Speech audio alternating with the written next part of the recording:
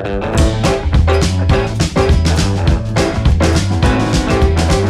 up, guys? Welcome to another episode of Teenage Otis Podcast. I look, you might change the name, but like we're here. It's just been the post Jake Paul Tommy Fury fight. It's like 10 a.m. We got to be out here in like 15 minutes.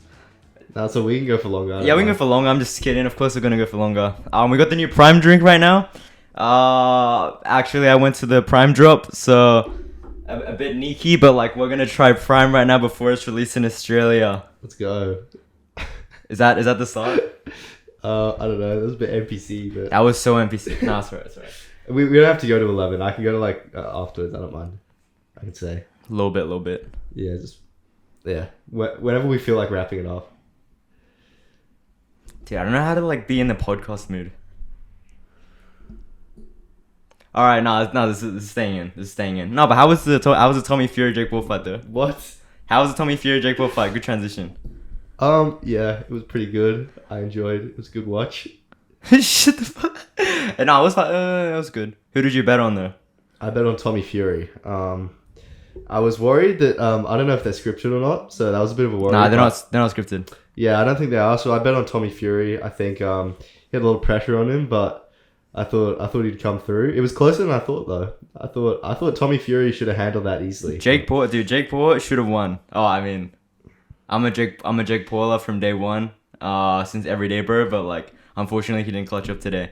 I put a lot of money on Jake Paul, like Drake, and unfortunately, we took an L.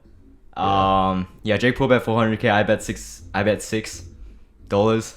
But yeah, now I've lost my $6. Henry bought like $5. I put $5 on Tommy Fury, so How much do you get? I get $12 back now. So GG's. Yeah. And I got to pay for the fight as well. So like L. No, but like watching fights are fun though. yeah, it was pretty good. It was close. It was close. I think like that does make it more interesting though. Like having a long fight rather than just like a one rounder. Yeah. Well, I'm glad Tommy won because I think the stakes were so much higher for him because his dad put a lot of pressure on him. Like if he lost, it was almost like a disgrace to his family name. Yeah. Whereas if Jake loses, it's like, okay, he lost, but he is fighting like a kid who's been boxing for a long time. Yeah. So, and I think Jake still earned his respect in a way because he put up a good fight against an actual boxer. So it's not like he's done. I think Jake will be back and have more fights. Yeah. So no, before it was always like the stakes were actually high for Tommy, but Jake Paul, it's just important for a storyline of becoming a better boxer, becoming world champion, fighting KSI. Yeah, that's the thing with Jake. It fits into his storyline. Yeah. And keep fighting. If Tommy had lost, it's like it's over for Tommy. GG's. There's no coming back. Yeah, right. Like, it's really bad. Yeah, because it is good because like Jake Paul, he doesn't have a big thing to lose. It's just a storyline. He comes from a background of Disney and being on YouTube, so it's like it makes sense for him to lose. But Tommy Fury, not really. So yeah, it was a split decision though. Split Very decision. close, and he knocked him down in the last round. dude, when it went down to the final knockdown, I was going crazy. I stood up, but like, unfortunately, that wasn't enough.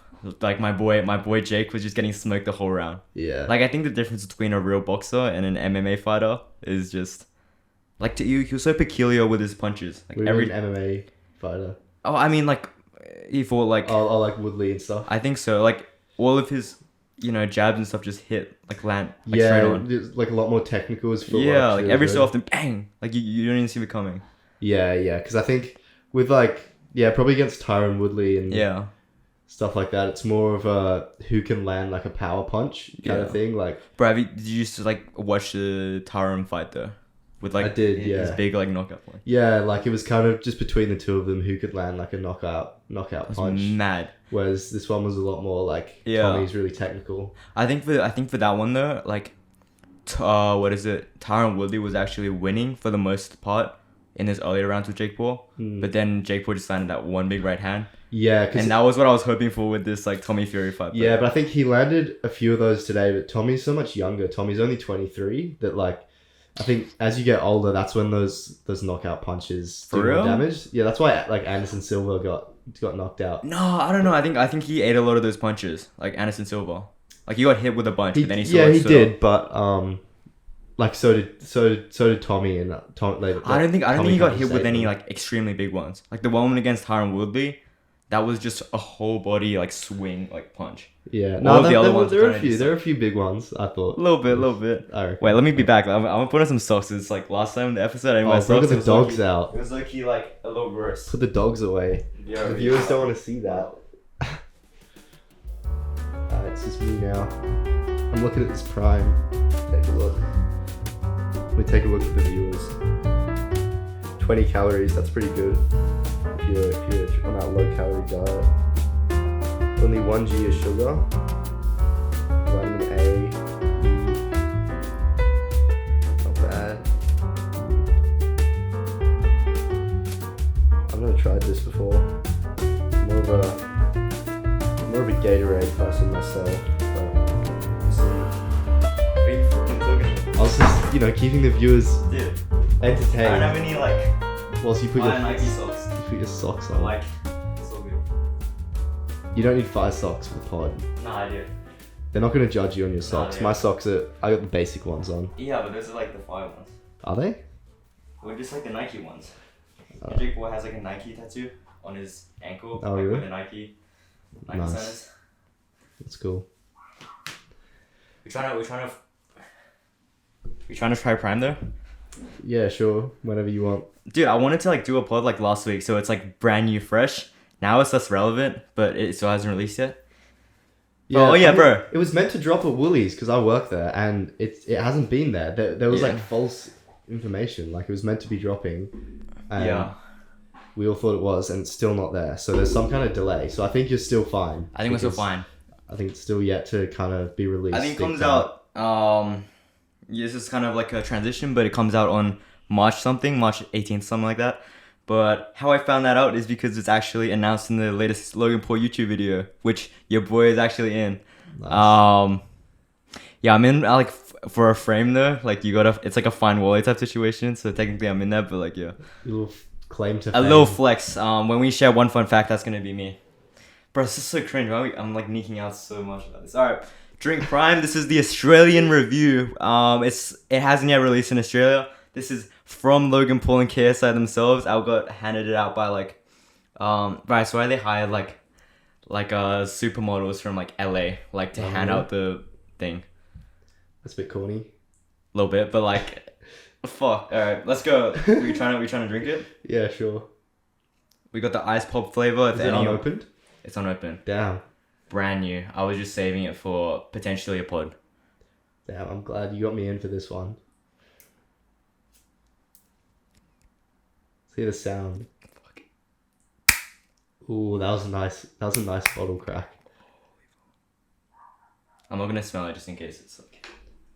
What do you mean? I don't know if someone never mind.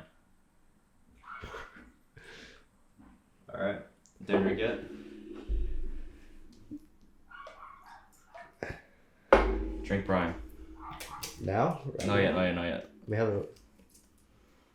Smells a bit... Ooh, it smells... Apparently this is the worst flavor. Like Really? I saw this like bottle and I was like, I have to get this because it looks so cool. It smells a bit like medicine. Do you reckon?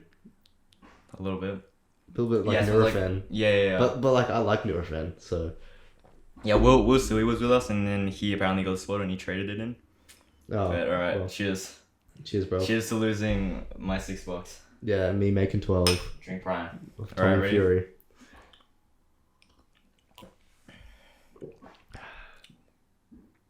Not bad. Oh. Yeah, I mean it's alright. It's good. It's good. It's quite like a subtle taste. It's not too sugary, which is good. Sometimes if it's a really strong taste, the first 2 sips are good, and then you get sick of it.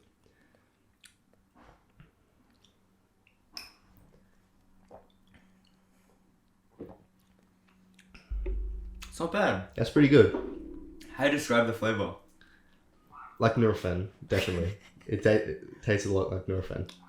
No, it's like, well, the flavor's called Ice Pop. Ice Spice, right? It still tastes like Nurofen. But it's I think it's meant good to be though. like the taste of like a melted ice block. I think that's it. Because you can't describe it as like an orange flavor or an apple flavor. Yeah. That's more. Yeah, sure. Yeah, I'll have some more. You know, I was with. It's good drink. I coached tennis yesterday, and Nick Bigini was with me. And Nick Bigini, I don't know if Nick Bigini had like a Prime bottle in his bag. Unreleased yet, like a blue flavor. Mm-hmm. Yeah, man, just supporting Prime. Nice. I think it's good, but the only problem is like, I wouldn't pay, what is it? It's like now? $4.50. I wouldn't pay $4.50 when Powerade's $2 or like Gatorade's $2 or $3. But I get why it's more expensive because it's like obviously It is very cool though. It's KSI and Logan Paul's drink. I do like the design. Yeah, because it's cool. Every one of them is like a figurine design kind of thing where you just collect it, and it's all like really colorful. Like you wouldn't collect Gatorade bottles. They just look kind of weird. Yeah, that's true. Yeah, the packaging is nice. That's so cool. It's just, I feel like it's just one of those like, you know, Japan Transformer figurines, and you can just, you know, place it on a piece for the collection. Yeah, it's a good drink. It's a good drink. I rate it. Yeah, so I was like talking about earlier. We have guys, no, what would you rate out of 10 though? Just off taste or including everything, like taste. Just off taste, I give it like a solid 8. That's big. That's big. Yeah, because sometimes with these drinks, like if it's too sugary, it's like really good for the first sip, but you can't have a whole bottle because it just makes you feel. It is a little like, fire like though. Soft drinks. It is nice. Too sugary, but that's like it's like a more of a subtle flavor. It's not too strong, which is pretty good. It's 10% coconut water, 250 milligrams BCAAs. What's that? I don't know. It might be like a sugar replacement. Yeah. Or something. B vitamins, antioxidants, and 34 milligrams electrolytes. It's good. So we are very hydrated right now. Mm-hmm. Both me and Henry started coaching basketball and tennis. Well, I'm coaching tennis at like the prep school. It's like year 3s and 4s. Yeah, I do. You're in basketball? The same year 3s and 4s. What's that been like? Yeah, it's pretty good. They're working hard. They're getting better. We won on the weekend. One of my teams. Yeah, they're, you know, when they're that young, they're learning the fundamentals, but they're getting there. They're improving. It's good. It's good fun as well. Are you like Kobe on the like as a coach? It's like roasting them. No, I don't think that's the right approach to take to year 3s and 4s because you don't want kids to fall out of love with the sport. And yeah, right. So especially at that age, you kind of just want them to be having fun. That's the most important thing. Yeah.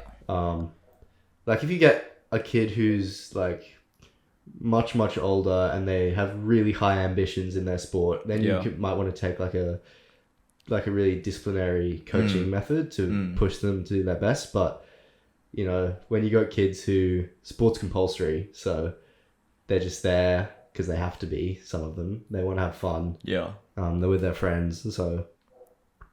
Yeah, I just make sure that's the most important thing, I think. Do you think like school sports for the most part is just about not really learning the sport, but learning the lessons involved that come with it? For example, teamwork. Yeah. Patience.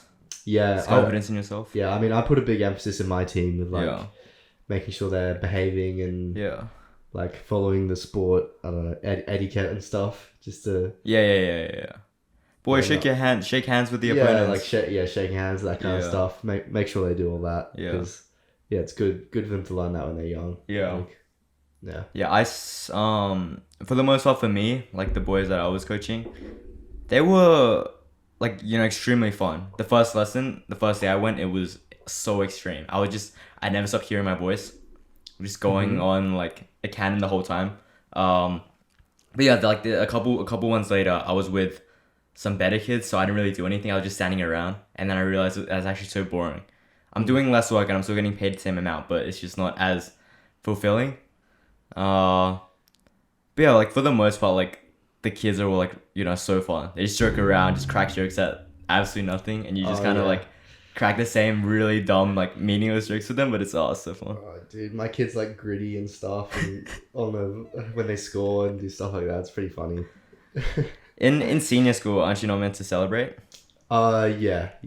And I mean, I don't know what the rule is at prep school. I guess in senior school, it's like, I think it's a good rule. It's just, I don't know. The culture was not like to try and be humble and not be kind of bad winners. So you never celebrate in our games, but it's annoying. It's annoying that you can't celebrate because like that's so hype. But I do see it can get, pretty disrespectful if you don't. Yeah, exactly. Because I mean, like, the NBA, as entertaining as it is, in terms of like actual role models, right? They're probably not the best because they fight and they're like, there's a lot of them are pretty cocky and all that stuff. Right. But so that's probably not what you want to teach the kids. But at the same time, like, I don't know, it is a bit of fun, and I get it when you score and you want to agree. Like this balance between like sportsmanship and for business. Yeah, is exactly. like really cool, like interesting binaries. So I mean, a big thing in tennis is that you have to be very gentleman, like have a lot of great sportsmanship, but that makes the game extremely boring. Yeah, that's why Nick Kyrgios revolutionized Dude, tennis. Nick Kyrgios is my favorite tennis player because he's just so fun. And tennis, I think, I played yesterday. It's actually like the most fun sport, but it just gets like, I don't know, a very boring rep because I think the main audience of it is just middle-aged old people who just sit there in the crowd just like clapping and just talking trash on people like Nick Kyrgios who actually get the crowd, revved up. Yeah, well, I think Nick Kyrgios probably made tennis a lot more entertaining for people, which is good. Yeah. But yeah, in terms of like sportsmanship and business, I think for a school, right, you want to portray your school as like teaching good values and that kind of stuff. Sure. So I think it's actually better for business if you're to go down the line of sportsmanship, whereas for something like the NBA, they want to promote it to get the fans like kind of rallied up and stuff. So it makes sense for there to be the occasional facts, big celebration, fight, all that kind of stuff because the fans love it. Yeah, whereas right. for a school, for a parent looking at a school, they want to see kids who are like well behaved and sportsmanlike. Basically, that's really interesting because so in UFC, the head is Dana White and. The fighters just like, swear, they talk a lot of trash. And sometimes a fight might erupt. And in the middle, Dana White's like, yo, boy, like, separate. But in his head, he's like, money. Exactly, it's great for business. Yeah, so that's fantastic for a thing like UFC, which UFC as a sport is kind of its own company. So that's really great. But a thing like tennis, they don't really support people like Nick Kyrgios who go all wild because they just find him, And... controversy. Daryl's favorite quote is controversy sells, and that's 100% true. People don't support Nick Kyrgios for doing that, which I think as a sport, that's right. They shouldn't support Nick Kyrgios, but it is interesting to see that it is actually good for the overall, like everyone. Yeah, when he does it probably makes them a lot of money. Yeah, the fact that they're finding him and condemning his behavior is making them money because definitely the ticket sales for a Nick Kyrgios match would be great. Yeah. So he says, he's a big fan of the NBA or like just American sports because everyone just gets so wild. Yeah. And I think that does make sports interesting. But everyone's so respectful.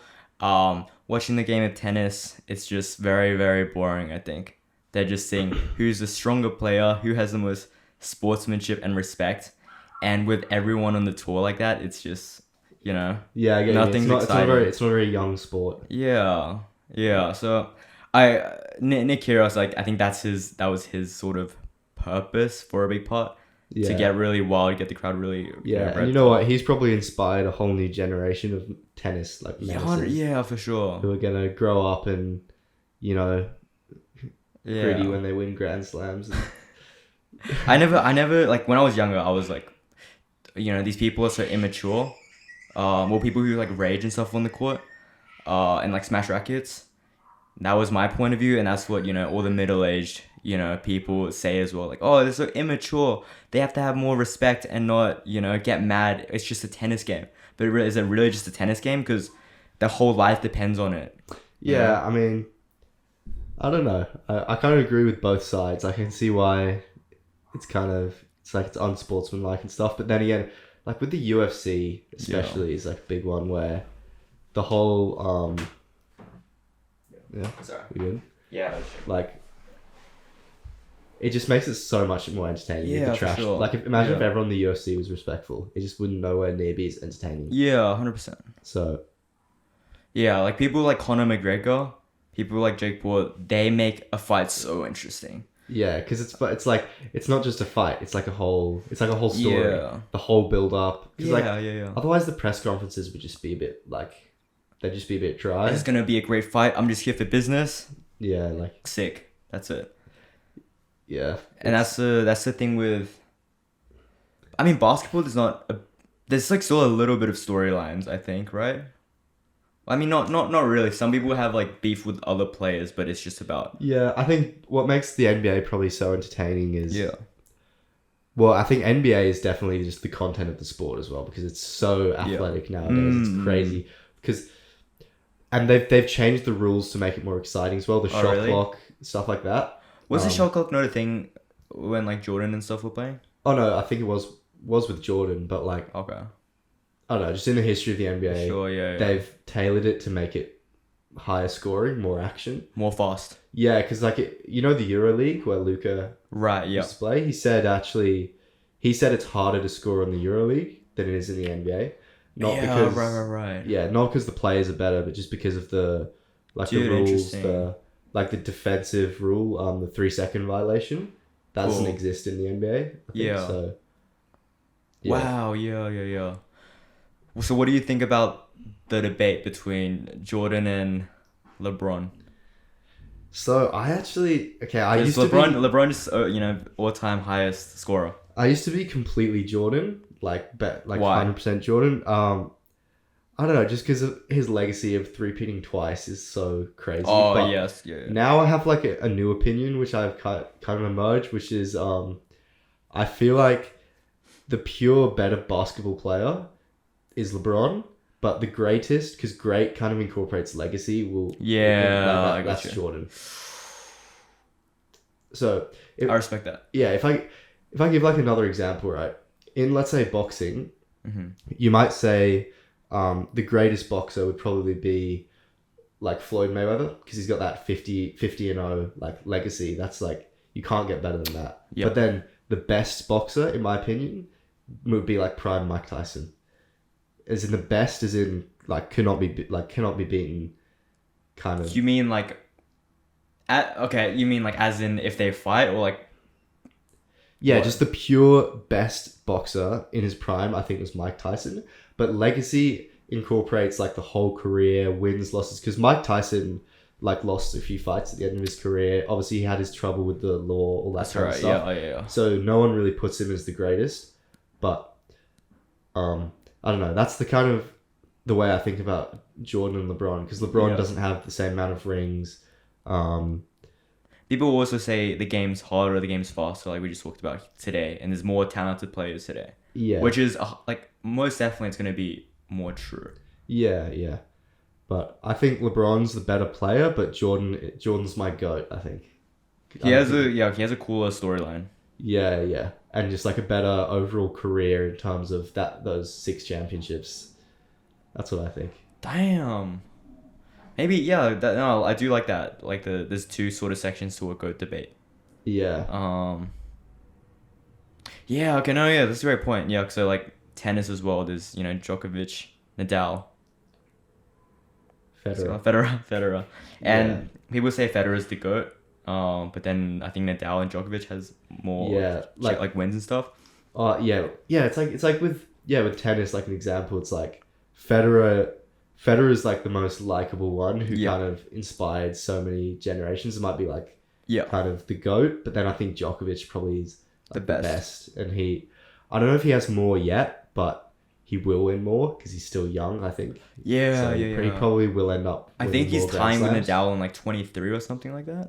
Yeah. So he might be the best, but I think everyone remembers like I don't know. Federer is just kind of like an iconic. Yeah, because he's such a nice guy as well. Yeah, I mean, just like when you see someone's like, like technique and stuff, you're just like, damn, kind of thing.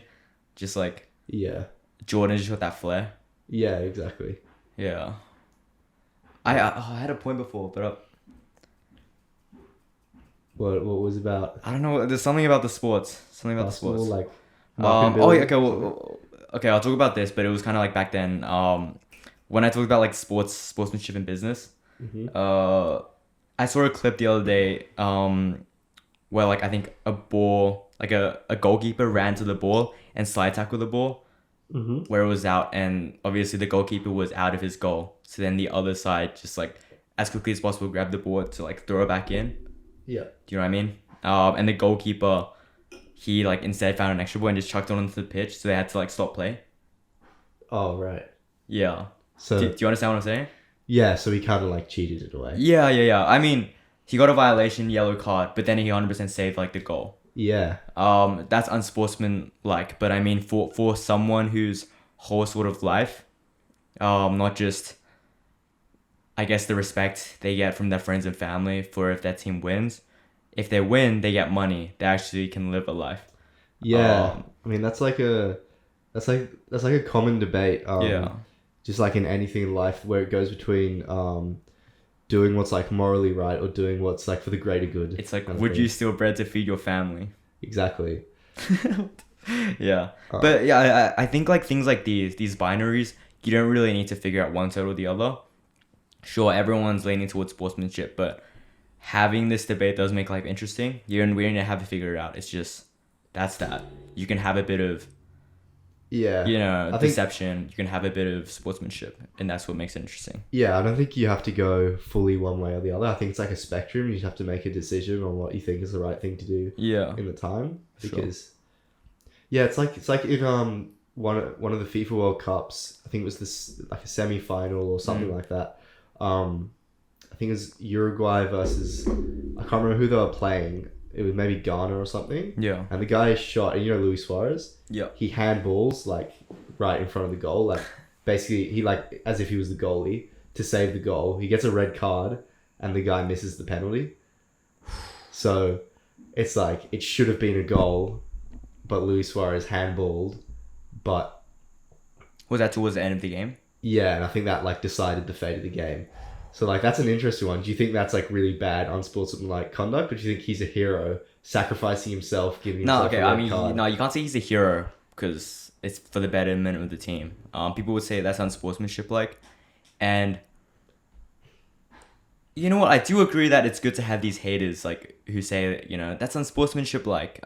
You have to play the game of football, but these little one-way tricks here and there does make the sport interesting. Yeah, because here's the thing, like, it's easy to sit on the couch and say, like, that's so bad from Luis Suarez, unsportsmanlike. Yeah. But he's probably grown up from, a small town in Uruguay, whatever, spent his whole life training for this World Cup. It means everything to him. Yeah. So, is one kind of unsportsmanlike play for the sake of his team, for his country, his family, everyone supporting him, like... It's an interesting debate because I'm actually not sure.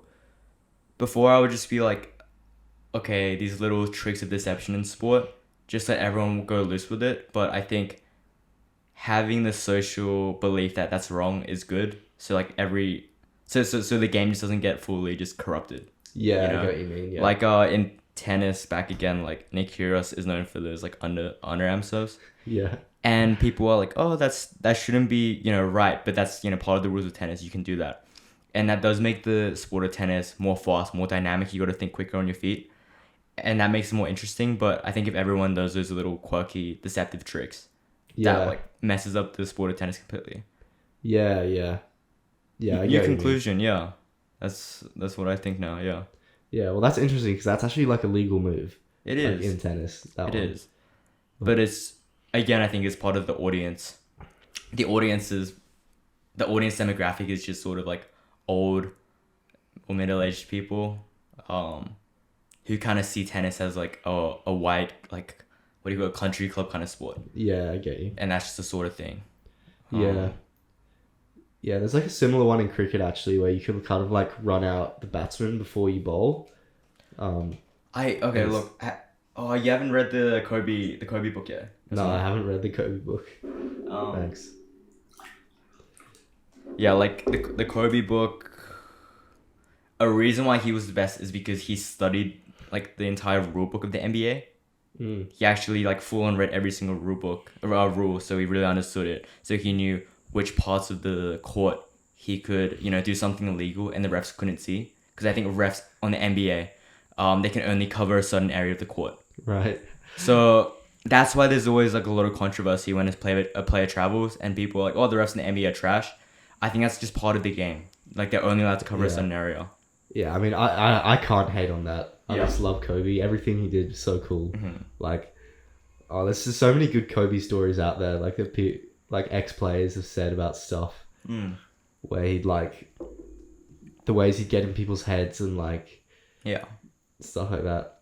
There was one I saw. It was like he memorized like the cousin's birthday of somebody he was playing against, and then started muttering it during the game or something.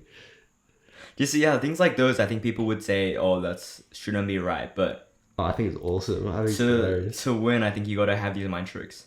Yeah, that exactly. Makes it interesting. That's the bit, because the big thing between like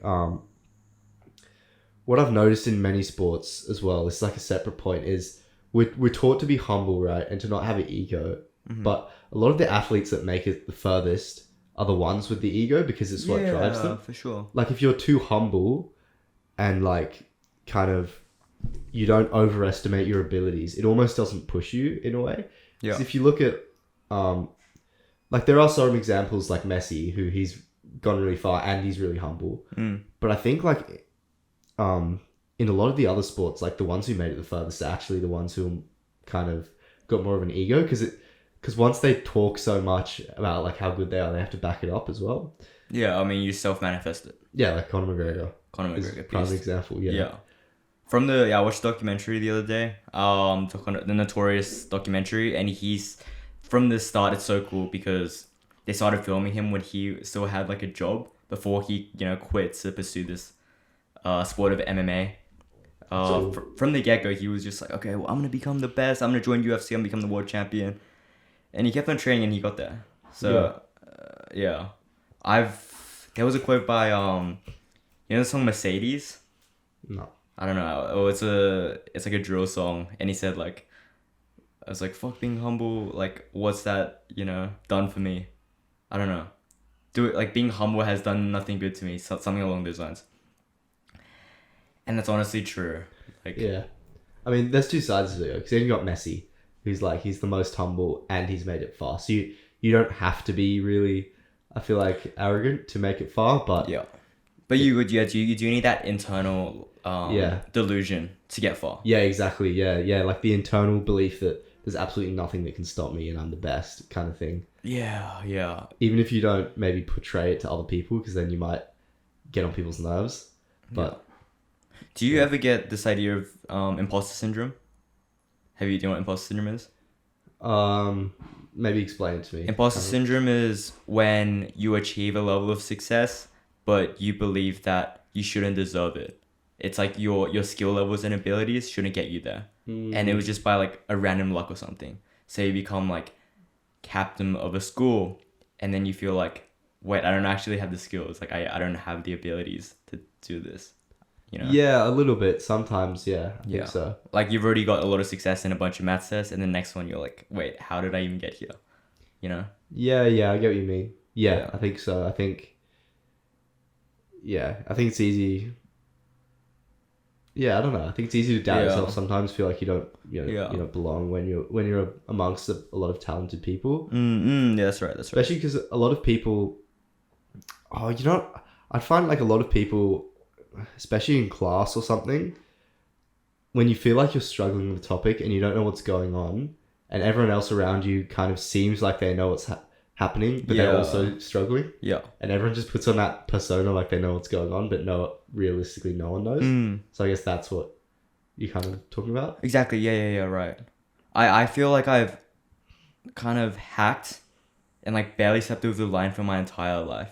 Like my HSC. You reckon? Like HSC, I feel like I didn't know anything. Like even now, I'm still like, I feel like I was so unprepared, but somehow I got like a decent result.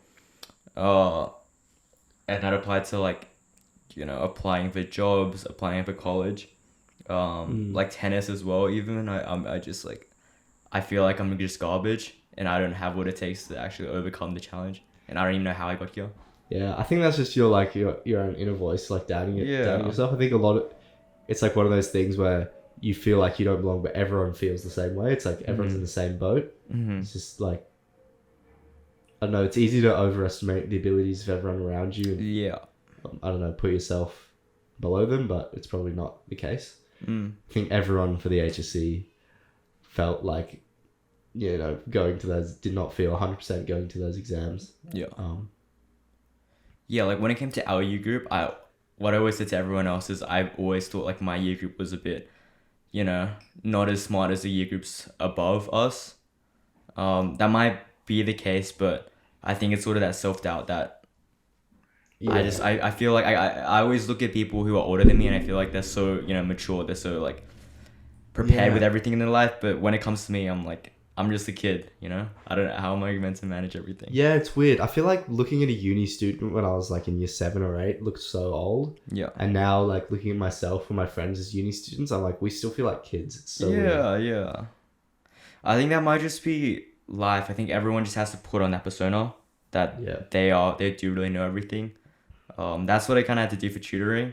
Act like I actually knew my stuff really well, and when it came to like tennis coaching, act like I was just the mature kid, and I think that's what everyone has to do.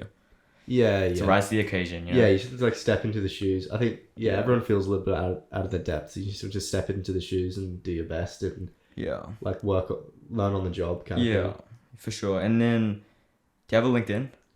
No, I don't have a LinkedIn. Yeah, so LinkedIn is a place where everyone kind of just flexes their achievements in life. You know, I sort of made like a pretty packed one. And before, when I was setting mine up and looking at other people's, I would be like, damn, they're so like set. They've got everything better than me. And I can't even compare to them like when I was, you know, applying for college and all of that. But as I kind of put up my activities one at a time, I realized, damn, you know what? I'm not too bad. I'm actually pretty like beast myself. I actually done a lot. Solid. But yeah, like when you compare yourself to someone else, even on LinkedIn, even to someone who's older than me, I'm like, bro, like, you know, I feel like I'm just garbage. But I mean, we live in a world where it's so easy to compare yourself to others. Mm-hmm. One, there's social media, but then two, I don't know, especially in the community we live in, it's so competitive and there's so many like really successful kids and stuff. It's really easy to, I don't know, put yourself below everyone else, but chances are you're living like the same experience as so many other people and you're really not below anyone. It's like, okay, look, I did want to ask you on this podcast like about, I don't know, like what have you been looking forward to, bro? Like what motivates you in life? Because right now I'm in a place of what the fuck is life? Like I don't know why I'm here, and the past like couple weeks, well, since I finished applications, I'm just like, wait, what do I actually want to do? You know? Yeah. Like nothing significant right now. Yeah, I get you. Well, for me, unfortunately, I injured my shoulder again, so I'm about to get surgery. So the sport is being put on hold, but we'll be back. That's all right. Yes, sir. So yeah, I look after the HSC and how kind of just mentally training. I found it. Mm-hmm. My attitude was to go into an undergrad degree that I will really enjoy and be motivated to study for. Look, it's a really common like debate of whether to do something you're passionate about and whether to do something that's like will give you a successful career. Because I can see both arguments. Because the thing is, if you do something that will kind of making money essentially, then you'll have more time and money to pursue your passions later on in life. That makes sense. Yeah. So it's definitely not a bad idea to do that. And I have nothing against people that like just chose, all right, I got this mark and I'm going to go to make the most amount of money, so I'm going to do this career. Like, I don't think there's anything actually wrong with that. We're discouraged against that, but I think that's like a good thing to do. Yeah. To push yourself, see how far you can go, especially if you're ambitious and stuff. But I personally, after pushing myself to get the highest mark in the HSC, I was like, I don't know, I just felt like I didn't want to go through that same kind of system again. So that's why I picked a degree that I just like personally am interested in. What are you doing? I'm doing psych. Psychology. Yeah. So I mean, I find I'm actually motivated to listen to my lectures, and I find them really interesting and stuff. So yeah, I guess for me, that and then like music are two main things motivating me at the moment. So I'm doing music as like my minor with psych, even though I know it's not going to get me a job, but it's like just a hobby that I really enjoy. So that's what I want to spend my time doing. So that's why, yeah. Right now, do you feel motivated to do all of it? Yeah. I feel motivated. I find You're excited to learn more about like I find my music. I find my lectures interesting, so then I'm excited to do the readings or the homework or whatever, or the go to the tutorials, all that stuff afterwards. Mm-hmm. Yeah. Here's a take that David Wang actually told me about the other day. You know how the ultimate pursuit is happiness, right? Yeah. But we don't really hear about the idea of being content.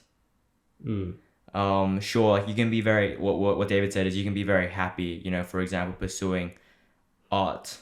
You might, yeah, I love art. It brings you so much happiness. It allows my creativity to flourish. But in the end, maybe you won't be able to make money and you won't be able to actually be content in life. Exactly, yeah. You know, versus like if you pursue something like I don't know, invest in banking or something. Yeah. You might be not happy in those times of like long hours, long shifts.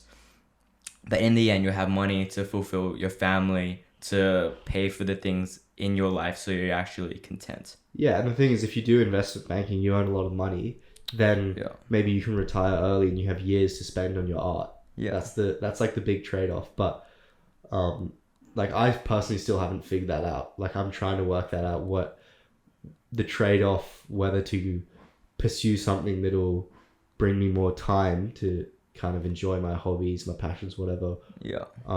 Or to just go straight into. That's why, I don't know. I thought psych was an okay balance for me because, like, it's still a career that I can go down, but it's a career I'll enjoy. So it's not. It won't earn me as much money as if I went into commerce, let's say. But it'll earn me enough, I hope, to kind of have a comfortable living, I feel.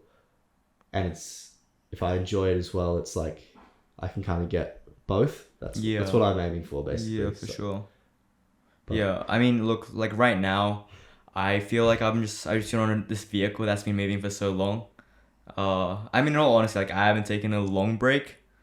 But I am just like, I think I'm just like bitching about it. But you know, like I do want to just like take a couple months or something and just find myself. As like cringe as it sounds, because that's not cringe. I'm just, you know, I'm just on this vehicle that's continuously working. Uni just started and I just got like a couple of jobs. And if I stop doing everything would just, collapse. You know, I mean, if you save up yourself enough money, I'm gonna be traveling in the semester break from the 18th of June to the 30th of July. So that could be a few months. You could.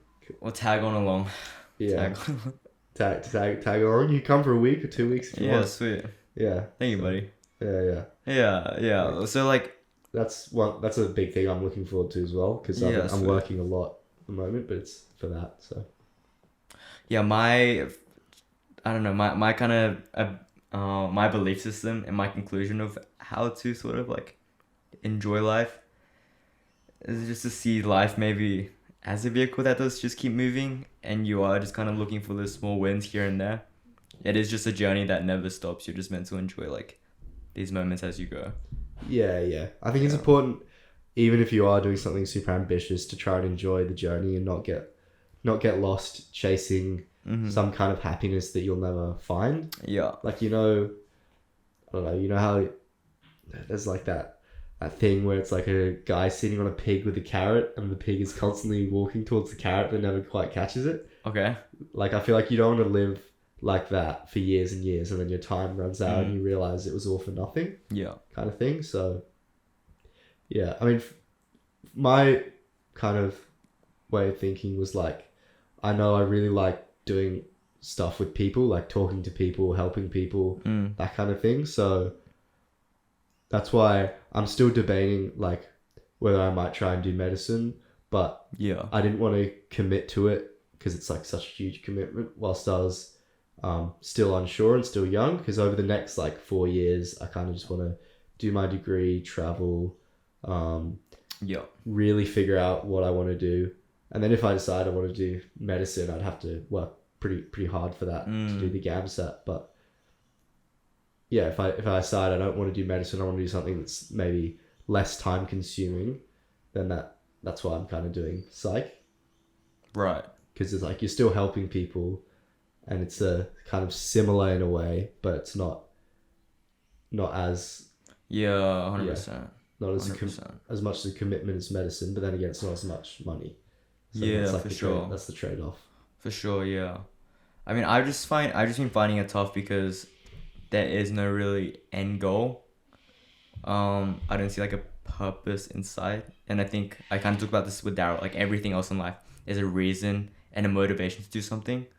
Like to make a meal, the motivation is to like prolong starvation or like to not starve to death. Doing the homework is like so you don't get the F in the class. Yeah, I mean, this is kind of why I'm doing philosophy as an elective, so I can figure out stuff, because these are all big questions and like no one really thinks about them when they're this young, I feel like. But I don't know, I feel like I have a fear of just not thinking about this stuff and then wasting my life doing something, going down the wrong path and doing something that's not going to end up with me feeling fulfilled and happy. Yeah. So I don't know. I spend a lot of time maybe overthinking this kind of stuff, but I don't know. Because I think the past like 6 years in high school, we don't really think about it because there's just so much stuff going on in high school. We constantly have something to work towards, but now we're exposed to the big wide world now. Yeah, now we have all the choices ahead of us. Like yeah, with high school, it's like, okay, you got to pick your subjects and do your exams, whatever. My English teacher gave me I spoke to my English teacher and he said school is a great thing to give you a student sense of purpose. It's very sucky, but you do look forward to the weekends. And there is a sort of sense of purpose. Yeah. And for people who do end up working the 9 to 5, their sort of motivation, I think, is the weekend. You have a full week, Monday to Friday, which is garbage. You look forward to the weekend, and maybe that satisfies your life. Yeah, but like, I don't know. I mean, that works for some people. Yeah. I don't know. Yeah, I've thought about that a lot because I personally feel like, you only live once. So to be spending 5 out of 7 of your days doing something you're not enjoying. Yeah. You're kind of just holding on to, a wire, like barely holding on and just letting the vehicle drive. Yeah. I think. Yeah, exactly. That's sort of where I feel like right now. I'm just holding on to the thread, waiting for the vehicle to keep on driving. But I do want to just take a break and just watch life from afar. Yeah, I get you. Yeah. Well, I think, definitely save up some bread, and traveling is a great way to do that. Look, like, I know there's some people who are super, they've got everything figured out. They know what they want to do. They're going to earn as much money as possible. They're investing, like doing all that stuff with their money. I think that's good. That's good too if you have a clear path and you're sure that that's what's going to bring you happiness in the end, is earning enough money to live comfortably, pursue your hobbies, all that kind of stuff. And I don't think there's anything wrong with that. Me personally, I feel like I'm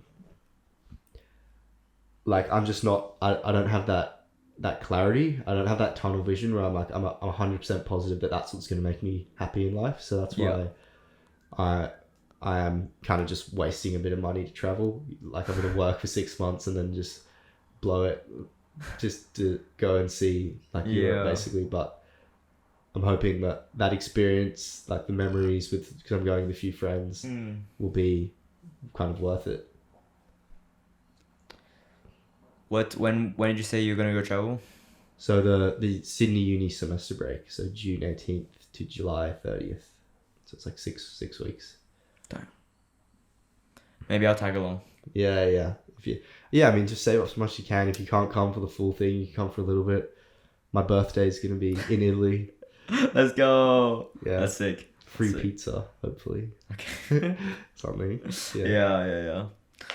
Yeah, I'm just sick of Australia, honestly. Australia's fantastic. It's so nice. But I just I don't know. It's just like, this is all like first world problems, Yeah. I get what you mean. Yeah, I mean, that's just what I've been thinking about. You want some more Prime? Some more Prime? Drink Prime? Yes, sir. Are we finishing that bottle, or we just having? We can't. No, we're just go as we bro. We're like drinking whiskey. Yeah. It's very professional.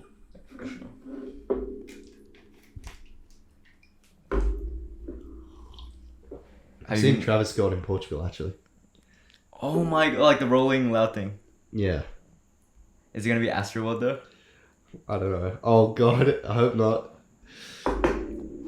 That's a crazy I want to reference. see, dude. Who's your favorite artist? Who do you think is the best artist? Which is best artist? Like any genre? Sure, any genre. My Like your favorite artist, yeah. My favorite, ooh.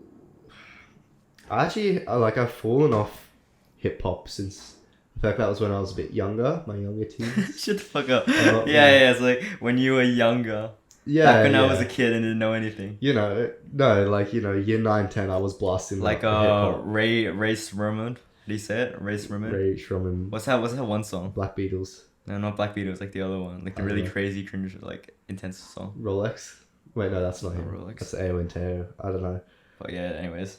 But now, I don't know. I listen to a big range nowadays. I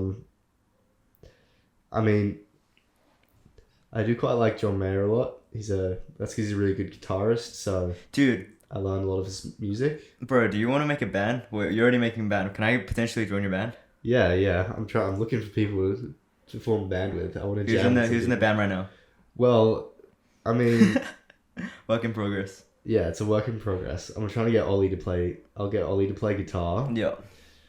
You know, I'll get Sato on the vocals. I think. Yeah. That's he's it. He's on drums. I'm still looking for a drummer. Need drummer. Okay. You might have to hop on the drums. Okay, sure. Yeah. No, because one of my shooting students, he's in a band, and it's actually so sick. Yeah, it's really fun. They have gigs, and every Friday afternoon they just come together and just jam out. Yeah, exactly. And that seems like the most crazy thing, being able to not have a sheet music in front of you. One person starts playing the guitar, one person just like follows along with the drums, and then another person starts playing piano. Yeah, that's crazy. Yeah, that'd be so much fun. Yeah. Just, like, even if you're not that good, just to give it a go and like just jam together. You can like pick a song for the week, all have a go at learning different bits, and then try to put it together at the end of the week. Yeah. Nah, for real though, bro, I'm super like down to make a band. What instrument would you be? I think keyboard, right? Keyboard? Probably. Yeah. I mean, yeah. We need a keyboard player. I know Oscar plays piano, but I don't know if he'd want to join. Okay. So, yeah, you could step in. That's sick. You could run the triangle. Bing. Yeah, no, that'll be cool. We jam out. Yeah, I think so. John Mayer. Yeah. What about you? What's your Drake. Do you really? Drake. Before I thought Drake was 21. Just. Huh? Do your thing, 21. All right, chill out, buddy. Now Drake. People always say Drake is the best, but like, I never appreciated Drake. I'd always just knew Drake for his like main big songs, but like now I listen to Drake even like a lot more now. Bro, there's a reason he's at the top. Travis Scott, he hasn't released an album in like 6 years. Like Drake's released an album like every single year. He's just got that work ethic, I think. Yeah. And fair enough. Yeah, I mean his earlier songs, right now songs, it still slaps. That is my TED talk on Drake. Yeah, I'm personally not a huge Drake listener myself. I like Drake though, but I'm not. Nah, you just listen to the hypey Drake stuff. No, I don't listen to any Drake stuff actually. Alright, fair enough. What about Travis Scott though? I don't really listen to Travis Scott either, but I'm still going to the festival because it will be really fun, and I think the crowd like the ambience of the crowd will be crazy. That's why I'm going. It's like Lil Uzi Vert as well. And all those artists. Sick. What's that new song or the disco kind of song? It's called I Just Wanna Rock? I Just Wanna Rock. How does it go? I Just Wanna Rock. Yeah, that one. Yeah, that's sick. Yeah. If everyone in the crowd will be doing a dance, that'll be pretty funny. Alright, yeah. I had stuff written down. How long are we going for? I don't know. So 57 minutes. I'm down to stop whenever you want. I don't mind. Alright, sick. Oh, and I've written down like a Drake line, like just to save it for the podcast if I was gonna talk about it. But it's, have you ever listened to the song Churchill Downs with Jack Harlow? Jack Harlow's also like in my top 3 right now. No. Do you like Jack Harlow? Yeah, I think he's cool. Yeah. That's it. He's cool. Yeah. No, dude, he is sick. I like heard someone say like Jack Harlow. He's just got everything figured out. Like he's so clear with his decisions, and that's a reason why he's at the top. Yeah. I think people who are at the top, they're not there by luck. They're just really smart and they know like every single move they're about to make. Yeah. Right now I don't have that, so I'm like fuck. But you know. Oh, I don't know. I mean, I'm sure he's taken a lot of risks and never being 100%. Yeah. Like, I don't know if you can really always be 100% with your. You just have to be 100% committed. You don't necessarily have to know what the end goal is 100% and have 100% clarity in that sense. Yeah, I get what you mean. But. Yeah. What do you think about the Sigma mindset? Well, elaborate. What do you mean by the Sigma mindset? Going to the gym, being all like, you know, the world will come to you as long as you work hard. Women like Sigma males instead of alpha males. I mean, because that's a big culture right now in social media. I do think though that's like an excuse to just be like, you know, not social. I feel like it's there's two sides to it. I think it's like it tailors to a particular audience of people who struggle maybe socially, so it makes them feel validated in a way. But I think if your ultimate problem is issues of kind of confidence and I don't know, like social interaction, then I feel like shying away from that by kind of trying to be Sigma mindset. Yeah, like saying that you're all focused on yourself and you're constantly on the grind and that kind of thing, when really it's more you're just a bit, I don't know, just a bit socially maybe. Yeah, I think it is to sort of hide that. Yeah, it's like something to hide behind. Yeah, exactly. That's what I think. Yeah. Because it's like it is cringe. Like, this is a bit controversial, but you know, this like divide between women and men on social media. I think that's so cringe. Yeah, like exactly. Yeah, it is. It's cringe. I try to just like when I see it, I genuinely get a bit mad, so I like just like look away. You just swipe. Every single thing about a woman.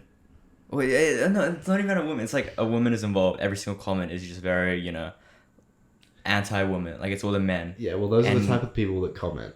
Yeah, like, I know. And they're like, oh, Sigma mindset. And when, like, I don't know, a dude rejects a woman or something, and there's just that... Patrick Bateman, is that his name? it's that edit, you know? Yeah. And it's like, bro, like, it's not that intense. Like, chill out, buddy, you know? Yeah, well, I think there's just a lot of... anger probably built up resentment and I think that's just the thing with, I'm not sure what it was like, you know, 50 years ago. I'm sure it wasn't this. Maybe it was but maybe because like I thought, fuck, I'm just going around in circles. But back then, you know, I think there was more of a divide between men and women, like as in power constructs. But like now, you know, we're encouraging, you know, men and women are equal sort of thing. And maybe that is why there is more resentment between men and women. I don't know. I think there's just maybe a lot of men who feel probably like socially a bit neglected and invisible, I guess, put it that way. And so they hide behind that mask of kind of the Sigma. Yeah, and that's sort of the thing with like all the Andrew Tate supporters. Like I find it so cringe. Like people say, you know, he hasn't. Like a lot of my friends, like, oh, I'm being brainwashed. Yes, like you have been brainwashed. You know, just kind of the messages that he puts forward, and Yeah, I mean, yeah, some of the stuff he says about like working hard and kind of being responsible for yourself and all that stuff. It's good, but I think it's towards an audience of people who just they have bigger problems Yeah, like on news articles, people say, you know, Andrew Tate has corrupted, you know, or like are leading a group of insecure men in society. I think that's true, and that's part of the, you know, hiding behind the Sigma mindset. Yeah, but then the problem is, right, everyone criticizes Andrew Tate and kind of blames him, but the thing is, the only reason Andrew Tate's message is being heard is because these people are struggling in the first place. So I think like it's still a problem that needs to be addressed, because there's just like a whole like insecure kind of people, and that's the only reason they're listening to him, is because they feel very lost. Yeah. So I feel like it's society's fault in a way that you can't just blame Andrew Tate and say he's the problem, because if everyone was happy, right, and everyone was mentally sound and happy, they wouldn't have listened to Andrew Tate in the first place. So the only reason they're listening is because they feel like they're struggling. Does that make sense? Dude, that's a great point. So Andrew Tate's just he's the scapegoat. Is that the word? Yeah. Like I think he's almost like, obviously he's not a good influence, but the only reason he's being listened to is because there's a greater underlying problem which is unaddressed. Yeah. Which is kind of just, I feel like the lack of social maybe inclusion or aptitude that a lot of men, like when feeling. Yeah, like when men have, you know, this automatic resentment like against women, I think it is just like a show off that they are insecure and they can't really communicate with them. Yeah, probably. So yeah, I mean it just kind of sucks. Yeah. That's sort of it, I guess. Yeah. I mean, I've like thought about that a lot, because I've been trying to think like what the actual problem is and what would be a solution, but like I don't, like, I have no idea. Like it's a interesting topic to kind of think about, and maybe you could talk to more people and figure out what you think, because I'm not sure. Yeah, because I think like a big thing is that social media, everyone is a lot more shy, I think, than they were like 50 years ago. You can do everything online. Whereas before it was just everything in person. Yeah, that's true actually. I guess just maybe people just don't have that courage to do those kind of in-person interactions anymore. Yeah. Like, I'm a Sigma male, but I'm not gonna go, you know, order food in person. You know? Yeah, or just like talk to a girl in person kind of thing. Because look, in the end, when people who say like Sigma male, that I don't think that ever works in life for anything. You know? Yeah, probably. But like, because in any scenario, I think in a social dating scenario or in like a working scenario, the alpha will always be the Sigma. Because like in the end, it's just about who can stand out amongst the eyes of someone who's higher value than them. You know, like your boss, a girl that you find attractive. If you're just there, like, you know, being all quiet, focusing on yourself, how else would other people see you? Yeah, exactly. Yeah, you're right. That's just, I've just been thinking about that. Like, this like Sigma mindset, I respect like the hard work aspect. But then another thing is, you know, if you're just focusing on yourself and, you know, having fun or talking to women aren't significant because you just have to grind yourself up. Again, I think you'll just have a lonely, meaningless life. Yeah. It's a shield for neglecting the courage to engage in social connection, I think. Because I mean, it's hard. Like it is hard. Like, it takes a lot of courage to kind of, I don't know, go up and talk to someone for a lot of people. Yeah. If you were born like introverted. Yeah. I mean, I think like the only reason I brought it up, and I think that we're discussing it a lot, is because we are quite introverted. Yeah. That's why like we can, you know, it's like you can only, what is it? Like it takes one to know one. Well, what is it? What's the phrase? Yeah, that's the one. Yeah. Okay, sure. Yeah, I mean, that's how we're talking about it, but I think it is eliminating a lot of like positive connections that could be formed. Yeah. Having a lot of biases that are automatically clicked into place. Yeah, I agree. But I think as people kind of grow up and mature and think about it, they'll come to the same conclusion. Yeah. Because it's definitely easier. It's always easier to hide behind a shield than it is to admit your own flaws. Because I wish I could hide behind that myself, but I have to acknowledge that no, I just need to be, because I know I'm quite shy and I can be a bit socially awkward kind of sometimes, but same. Yeah. It's just, you just have to have the awareness to acknowledge that no, it's not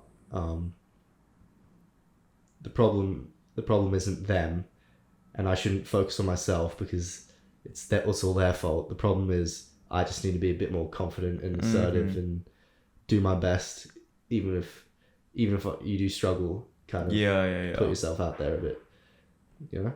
Yeah. Do you think gymming gets the ladies though? Okay, look.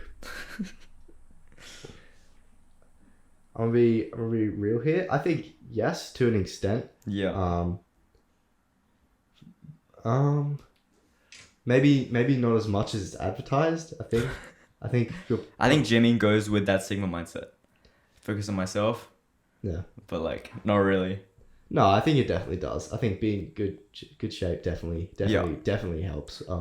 But I think it doesn't work when you're only like that. I think in a social setting, I think it's just like how life works. It's like up to the dude to go up to a girl.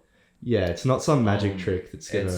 Yeah, I agree. I think it does help. You know, it's you need some personality. You need to be able to talk and hold a conversation. That's the most. Yeah. That's the most important thing. Like this idea that if going to the gym is gonna suddenly make you like that's not gonna work. It's all about, I think, the most important is just your ability to interact and speak and This is sort of like a point, not on communication, but I did read a Forbes article the other day, and it said, you know, money isn't how you're gonna get happiness, nor is it a position of power in a company, for example. It is just about human connection. That's the thing that will give you fulfillment. Yeah. And so going on that Sigma point, like if you're only gonna have happiness when you become really jacked, when you get a lot of money, you know, your life's fucked because like you don't have any connections. You're just there by yourself, focusing on yourself, and you worry about that later. But I think you'll be miserable for a really long time. Yeah, I think it's neglecting. As I said before, a greater kind of it's inability to form those connections and hiding behind that by the idea that you're gonna finally be happy when you own millions like Andrew Tate and become massive, like, but I don't know. I mean, maybe some people will find happiness when they're maybe like that, but I don't know. Me personally, I don't. Yeah, for sure. Was there anything else that you wanted to go over? No. Okay. Wrap up. My wrap up there. Sure. I look, you got a computer science lecture in like 5 minutes. Damn, alright. But now we chilling. It's 8 minutes, 7 minutes. But yeah, that's another episode, guys. Dude, I might do like a rebranding of the whole brand, like a whole rebranding of Teenage Shadows. Give it a new name. Maybe. Yeah. But we'll get back to that soon. Thank you to another episode of currently unnamed, but another episode of the podcast. We got Henry back for the return episode, the first legit like recurring guest. But yeah, let's get it. Yeah, sorry guys, like the upload schedule was trash, but like it's gonna be fire now. Trust me. All right. This is Prime. This is Teenage Shadows, the podcast, and we'll see you next time. My name is. See you next time. All right.